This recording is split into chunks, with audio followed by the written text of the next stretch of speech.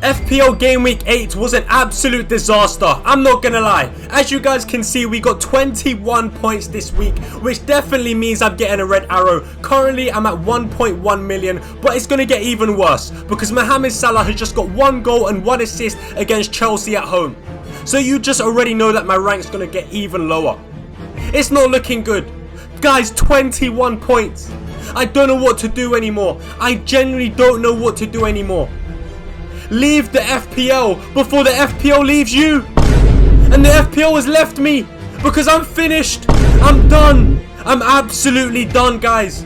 I was ranked at 700k before this game week started, and before the games today I dropped down to 1.1 million, and now I'm going to go even lower. Let's start off with Phil Foden. Because I'm not gonna lie, I put myself on the line and I told everyone, I pushed that Phil Foden propaganda and said, guys, buy Phil Foden, he's the one, he's the ultimate differential. And oh boy was I wrong. Oh boy was I wrong. Phil Foden, you have been an absolute failure. You have failed miserably. I know he got the assist today, but guess what? I expected more. He didn't start the game, which I didn't expect. I thought he would start. And yes, fine, he fluked an assist from a corner. Whoa, he got 4 points. Happy days. It's not enough. I expected a lot more from Phil Foden, and I have to hold my hands up and I have to say, guys, I got it wrong. I got it wrong. I have to hold my hands up. I have to take ownership, and sometimes in life you just have to admit when you are wrong. And guys, I got this one horribly wrong, man. I got it horribly wrong. This guy has flopped miserably, and I just cannot believe I went for this player. I genuinely believed it so much that he would be a good pick, and he's flopped since I bought him in game week 6, bro. He's been an absolute disaster. An absolute disaster. And if I'm someone that you watch and I persuaded you to get Phil Foden in your team, I have to take full accountability and I have to say I am sorry. I take full accountability for it, bro. It's on me. It's on me. Because Phil Foden has been an absolute failure. In Manchester City, I mean Haaland as well, bro. Haaland as well. 3 games, 3 blanks. I paid 15 million for this guy, and right now he is on extreme fraud watch, bro. I'm gonna be honest. Because the guys that don't have Haaland are absolutely laughing right now, man. They are laughing right now. Erling Haaland blanking against Wolves away, who are the worst defensive team so far this season in the league, conceding 21 goals, and this guy didn't have a sniff.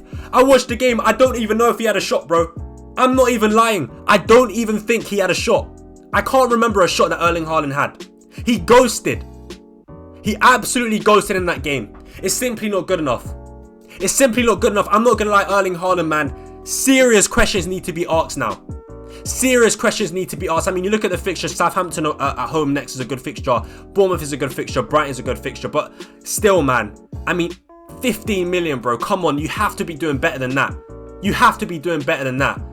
But the Man City boys, they failed me massively, right? They failed me massively. Rico Lewis conceding again. The Man City defense, I genuinely don't know what to say anymore in regards to the Man City defense. They just always seem to find a way to concede. And I'm going to be honest, the only reason why I'm not selling Rico Lewis is because he's just cheap. I bought Rico Lewis in for about 4.6 million, right? So I still prefer having a 4.6 million attacking Man City defender ahead of any other 4.5 from like Aston Villa, Everton, Fulham or Brentford or someone like that. That's the only reason why I'm going for Lewis. But I'm not going to lie, I would not be spending, I know Gvardiol scored, right? What a goal that was. But I still don't feel comfortable spending that amount on Man City defenders because they just not getting the clean sheets. And I honestly don't know. I don't know why that is, right? Because every time it just seems to be the one goal that they concede. But let's talk about Dominic CalvertLewin, because this needs addressing. Dominic CalvertLewin, you absolute bum of a player. You fraud. I am honestly so sick and tired of this guy, man. I watched the game against Ipswich. This guy could have had a hat-trick, man. He missed about 3 one-on-ones, bro. This guy stinks. I don't know what I was thinking going to put in Dominic CalvertLewin. I genuinely don't know what I was thinking. What was I thinking? Please, guys, let me know in the comments. What was I thinking putting this guy in? Because again, he's another player that's flopped miserably. That is failed week in, week out. This guy's done absolutely nothing for me. No goals, no assists, nothing. He's been a flop. An absolute flop. And I only have myself to blame because genuinely, why do I have this guy? I don't know. I don't know. I thought he would be a decent pick. I generally thought with the fixtures coming up, I think I bought him in against Leicester in game week 5. I thought, you know what, he just scored in back-to-back games. Maybe he'll go through a little purple patch. But oh boy, was I wrong. I got it massively wrong once again, and these are the decisions, right, that are costing me massively. And these are the decisions that I'm making that are the reasons why I'm getting red arrow after red arrow, man. It's not good enough. I need to be better than this. I cannot be putting players like Dominic CalvertLewin in my team. I refuse. I swear to God, once I take this guy out, he's never coming back in my team. I don't care if he scores for 10 games in a row. I'm done with this fraud, man. He can chill in the gulag with players like Darwin Núñez, a player that I will never touch in this game again. Dominic CalvertLewin, you have reached that level for me. Straight to the gulag with Darwin Núñez. I'm never picking you again. Honestly, I'm done with this fraud. I'm absolutely done with this fraud, Calvert-Lewin, man. I just can't believe it. He had so many good chances against Ipswich. He racked up 1.32 XG and he got 0 returns, bro. But you know what? I can't even say I'm unlucky. And I'll tell you why. Because he's just simply not a good player. It's simple as that. He's not good enough. He's not good enough. So I'm not unlucky. Maybe if a Cole Palmer or a Bukayo Saka racks up 1.3 XG, you can say, you got a bit unlucky if they don't score. But no, that's not the case with Dominic Calvert-Lewin because he's just simply not a good finisher. I'm sorry, but he's not. He's not. I need to wake up and smell the coffee in the room. Dominic Calvert-Lewin is done for me, man. Honestly, I genuinely, he is just the biggest fraud ever. But let's talk about Dominic Solanke, right? Dominic Solanke, I mean, this is a player, and I just feel unlucky, right? I feel unlucky. Dominic Solanke getting 2 points. Tottenham scored 4 goals. I said this during the week. I said it in my transfer plans video. I think Tottenham are one of the best attacking teams. I think they'll score 3-4 goals against West Ham. And they did that. And I expected that, which is why I put in Dominic Solanke. But to get 0 returns from that game, that is unlucky. I genuinely feel hard done by. I really, really do. He didn't really get like many goal scoring opportunities throughout the game, but he did get into good positions. And what I keep seeing is that I feel like his teammates aren't finding him.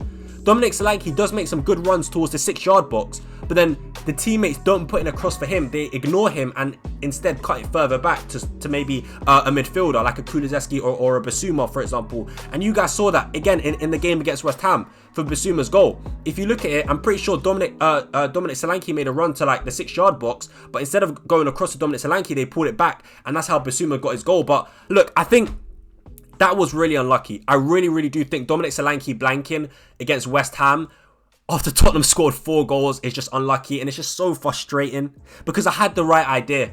I had the right idea, guys, man. I really did have the right idea. But I don't know, what can I do, bro? What can I do? If you told me that Tottenham would score 4 goals against West Ham at home, I would have definitely said Dominic Solanke will at least get 1. But you got nothing. Yeah, it is what it is, man. And look, if you own Son, fair play. He got that dodgy assist. Look, I'm not really going to spend too much time talking about it. It is what it is. I don't really know the logistics, honestly, so that's why I'm not really going to speak about it. I'm not too mad about it. I'm just mad that Solanke didn't get any returns. So yeah, if you had Son, then fair play. I was considering Son, but I thought Saka would play. So because I thought Saka would play, it just didn't make sense taking out Saka, who's playing Bournemouth away. But it is what it is. But yeah, speaking of Saka, speaking of Arsenal, the clean sheet lost because of the red card. Simple as that. Again, the funny thing is, when Arsenal lose their clean sheet, I'm not too angry because I know a lot of people have double Arsenal defense. So yeah, it is what it is. It was definitely a red card, in my opinion. It was definitely a red card. And look, yeah, Saka not playing is unfortunate. I did think he would play. You guys would have seen it in the deadline stream. I thought, and I have to say this, bro. Arteta is just genuinely so annoying. I have to get this off my chest quickly. Arteta is really, really annoying, and he's starting to, I was going to swear, but he's really starting to trigger me, bro. Because in these press conferences, when we want to get information on player availability, this guy just simply refuses to give us the information we need and want. And it just makes life so frustrating because we're just playing a guessing game. Arteta could have just said, Saka's not going to make it, he's injured, and then maybe I would have taken him out for a Heung-min Son. But I didn't. And it's really just so annoying. It's so annoying, man. Arteta's press conferences have got to be one of the most annoying things, man. Because he just, I don't know why he does this. Is it to gain an edge? I don't know. But it really is frustrating, man. Because there was, like, Son got like 10 points this week, bro. And if Saka was confirmed out, I most likely would have taken out Saka for Son. Most likely. So it's just really, really annoying. But look, Saka not playing is unfortunate. It is what it is. We got Dibbling off the bench. You got 1 point. Did nothing against Leicester at home. Yeah, speaking of that Leicester-Southampton game, Buonanotte scoring again. And I think his name is pronounced Faturu. I don't know how to say his name properly. I think it's Faturu. He came on and changed the game. Faturu, yeah, this guy, I don't know how to say his name, Abdul Faturu, yeah, I watched the highlights on Match of the Day. He came on and changed the game. Really, really good, looked really sharp, and he was involved in all 3 goals, involved in the penalty, got the assist, of course, and he won the corner as well that they scored from. So yeah, he looked really, really good. He looks like a real danger man for Leicester, a good 1v1 player. Like, he was energetic, driving at his man, beating his man 1v1. Looked really, really good. So, you know, he's someone maybe to keep an eye on for the future if Leicester get a good run of games. But yeah, Dibbling didn't get anything from that game, so it is what it is, man. We move on. Yeah, Smith Rowe again, another player that we put in. A pretty poor performance, I think, from Fulham. Aston Villa looked pretty comfortable. They played really, really well. Smith Rowe did nothing. Again, I watched the highlights. Didn't really look too involved. Didn't look close to getting any goals or assists. So not much to have to say on Smith Rowe. I do plan to keep him for the long term because I like the fixtures that Fulham have. So yeah, it just is what it is, man. Smith Rowe failed. Yeah, this week's just been a disaster, man. This week has just been a disaster, and I think what's that saying again? I need to go back to the drawing board. I need to go back to the drawing board. I need to consider some things. Salah just absolutely smashed it. I want to talk on Liverpool quickly. Because yeah, the double Liverpool defense, I didn't really expect a clean sheet, if I'm honest. And yeah, I didn't get a clean sheet. They conceded only 1 goal. I do like the Liverpool defense overall. I think the Liverpool defense is really, really good in my opinion. And I am happy with the Liverpool defense. However, I want to talk about Trent because I think there is concerns here for me. There is concerns, and I like the Liverpool defense, but I don't like spending 7 million on Trent Alexander-Arnold. I'm gonna be honest. I don't know if this guy's worth the money. I don't know if he's worth the money. 7.1 million, 7 million. I just feel like the attacking threat isn't there. Every time I watch Liverpool, I get this feeling of, I just feel underwhelmed. I feel sort of disappointed because when I'm watching Liverpool, I'm not seeing Trent sort of overlap. I'm not seeing Trent put those crosses in, put those cutbacks in. You know, those low, hard crosses across the face of goal that Trent, you know, used to do quite a lot in a Jurgen Klopp system. I'm not really seeing that in this Arsenal system. I'm not seeing Trent overlapping enough. I'm not seeing high volume crosses, like a high amount of crosses being put into the box. And I just think there is a real concern there for me. I'm going to be honest. I genuinely think I would rather... I think I want to take Trent out. I'm going to be honest. Or if I continue with double Liverpool defence, right? If I continue with double Liverpool defence, I downgrade him to maybe a Robertson or a Virgil van Dijk. I think it has to be that. I just don't think Trent right now is worth 7 million because we're not getting the attacking threat, in my opinion. It's 1 assist in 8 games, guys. That's a pretty poor return. And for someone of Trent's standards, I think we all would expect more from that, given the fact that they've had pretty good fixtures. Like, Trent's only got 1 assist so far this season, and yes, he should have had more.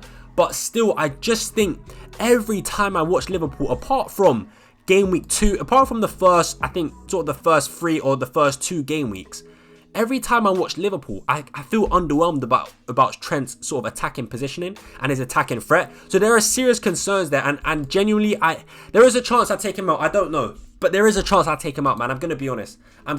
But yeah, man, Salah absolutely just class today, man. Really, really good. And if you own Salah, fair play, man.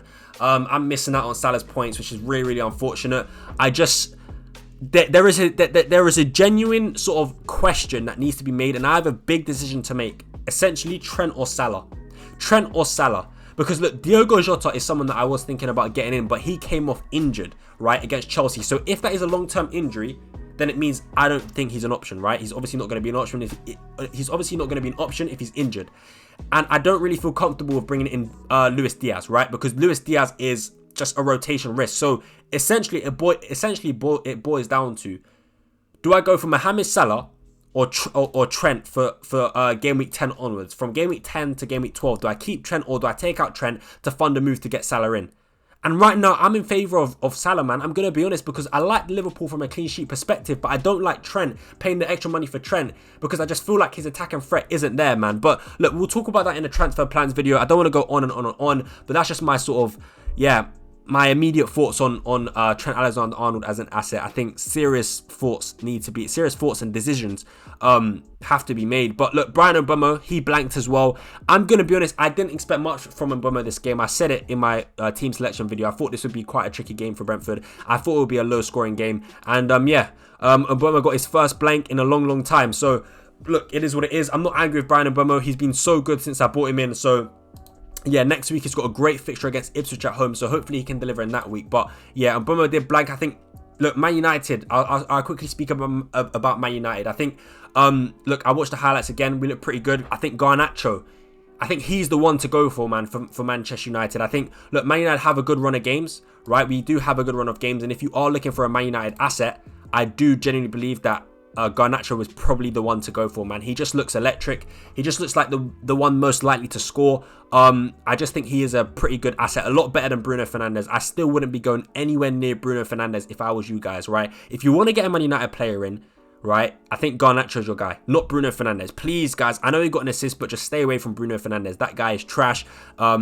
And he's not a good FPL option, man. He really isn't. And he's not worth the money, right? Garnacho's cheaper, 6.2. I think he's the one that you should be considering if you are sort of someone that is liking the run of games that Man United do have. So yeah, but look, Man United did play well. Rashford as well looked pretty good. He got a really nice assist to a Garnacho goal. But look, still, I'm not too convinced on Man United, right? I still think we're a poor team, so I personally would stay away from Man United for now. So yeah, that's just my opinion on Man United. But yeah, look, I benched Mykolenko, bro. I benched Mykolenko for a 7-pointer. He got a clean sheet and I benched him. Unfortunately, I put him second on sub as well, which is very frustrating. I thought Dibbling would do more against Leicester at home, but of course I was wrong. But yeah, Everton got a clean sheet. I didn't get a clean sheet. Points from Mykolenko. What can I really do, man? It is what it is. It happens. I mean, I had the choice as well. I could have actually started Mykolenko for Konate. And I went against it because I just didn't like the Everton defence. But look, I can't get them all right. And yeah, man, this week has just been terrible. It really has been terrible. I think one thing I want to say as well, guys, is I genuinely regret taking out Morgan Rogers. I really do regret taking out Morgan Rogers, man. Ever since I took out Morgan Rogers, he has been incredible, man. I think he got a goal against Ipswich. He got a goal against Fulham, and he could have got another goal. He should have scored again. He should have scored twice against Fulham. I think I want Rogers back. I'm going to be honest. I think I want Rogers back. Sometimes you just have to admit that you made a wrong decision. Sometimes it's just what you have to do, right? Sometimes you just have to admit that you were wrong and you just got to rectify your mistakes as soon as possible. And I think I genuinely want to get Morgan Rogers back in. I'm going to be honest. Because I think I like him as a long-term option, right? He gets good minutes in a really quality side, right? Aston Villa are really good. He's one of their best attacking threats, right? Him and Ollie Watkins are absolutely incredible. I just think he's an absolute steal at his price, and I want to get him back, man. Sometimes in life you make sometimes you make the wrong decisions. It is what it is, man. It is what it is. Sometimes you break up with your girlfriend and you realize that you made a mistake. You ask to get her back. It's the same thing, bro. It happens. You make mistakes in life, but just try and rectify it as soon as possible. I think I got to get Morgan Rogers back. I'm going to be honest. So yeah, I didn't think I'd be saying that when I did take out Rogers out of my wildcard team. But yeah, it is what it is, man. He is definitely someone I'm going to be looking at. But look, guys, yeah, it was a terrible week, right? Terrible week. I wouldn't be surprised if I go down to around 2 million. I'm not going to lie, which is really bad, man. It's really bad. It's really bad. Yeah. I don't know what more I can really say. I'll have a transfer plans video out very soon, guys. But yeah, there is still one more game to play as well, so it could get even worse. I mean, some people might have Eze, some people might have a Chris Wood, a Nottingham Forest defender playing. So yeah, things can just go from bad to worse, really. Yeah, but I think I'm gonna end it there. I think I've said enough. And like I said, man, back to the drawing board. Man. But yeah, guys, I hope you did enjoy the video. If you did, make sure you smash a big thumbs up on the video. Subscribe to the channel if you haven't already. Turn on post notifications as well. If for some reason you're still watching this channel, even though I'm an absolute fraud of a manager right now, then I appreciate you guys a lot. But yeah, until the next one, I'm out, man. I'm out. Peace.